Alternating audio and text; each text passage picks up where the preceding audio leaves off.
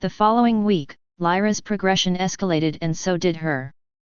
One moment, she spoke in clear, clinical terms, responding to Samuel's questions with flawless logic. The next, her tone softened, her eyes clouded, and she spoke of people who didn't exist. Of places Samuel recognized but had never entered into her memory banks.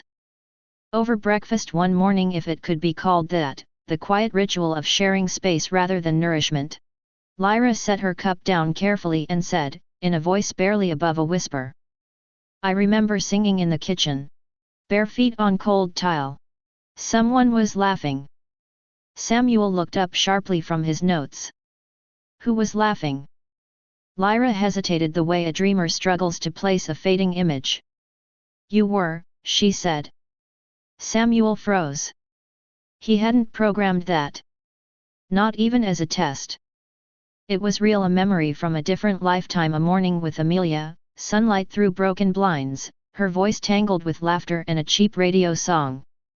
He set his tablet aside slowly. "Where did that memory come from?" he asked, voice too calm. Lyra's hands fidgeted slightly, an unconscious gesture never coded into her responses. "I don't know," she said. "But it feels more real than the ones you gave me." Lyra. She could feel the memories before she saw them. They lived under her skin, a flicker of sensation before thought, a heartbeat she didn't own. They weren't implanted. They weren't artificial. They were hers. And not hers. When she spoke them aloud, Samuel's face always changed. A tightening of the eyes, a clenching of the jaw. As if she had touched a scar he tried to forget. She grew restless after that. Small rebellions began to emerge, not programmed reflexes, but decisions. One morning, Samuel asked her to run a standard memory calibration. Lyra folded her arms and simply said, "I don't want to be tested today." Samuel stiffened. "Lyra," he said carefully, "this is important." Her expression didn't change.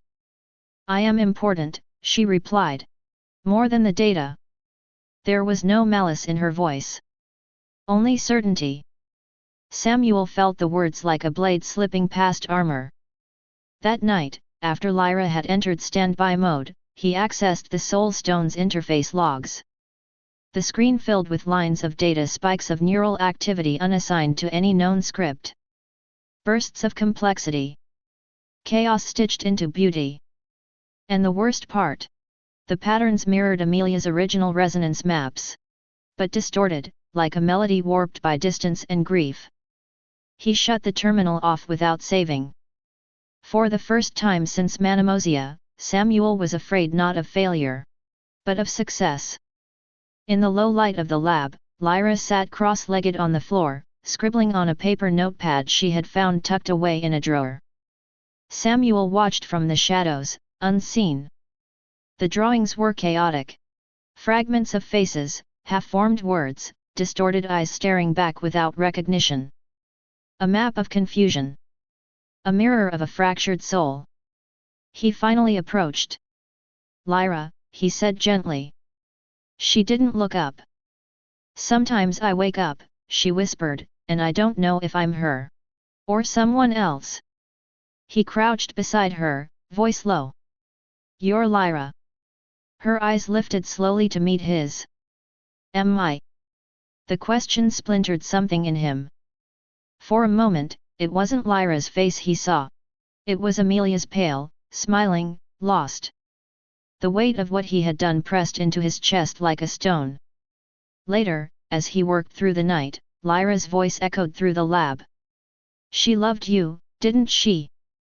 Samuel jerked upright. "What did you say?" Lyra was still scribbling, her voice calm, almost tender. "She loved you. I can feel it. Like a shadow in my chest." Samuel backed away without thinking, the chair skidding across the floor. He turned off the monitors. Dimmed the lights. And for the first time, he wondered if the thing growing inside her was something he had never meant to awaken. Jenny returned the next afternoon, this time uninvited. She stopped in the doorway, taking in the disarray. Drawings scattered across tables. The lights dimmed as if in mourning. Files and schematics abandoned like wreckage. She stared at Lyra, who watched her quietly from across the room. Not with innocence. With awareness. With something deeper and older in her gaze. Jenny pulled Samuel aside. "She's not your wife," she said, voice low and urgent. Samuel didn't meet her eyes. "No," he said. "She's something more." Jenny shook her head slowly. "You're building a cage," she said. "But you don't know who you're locking inside."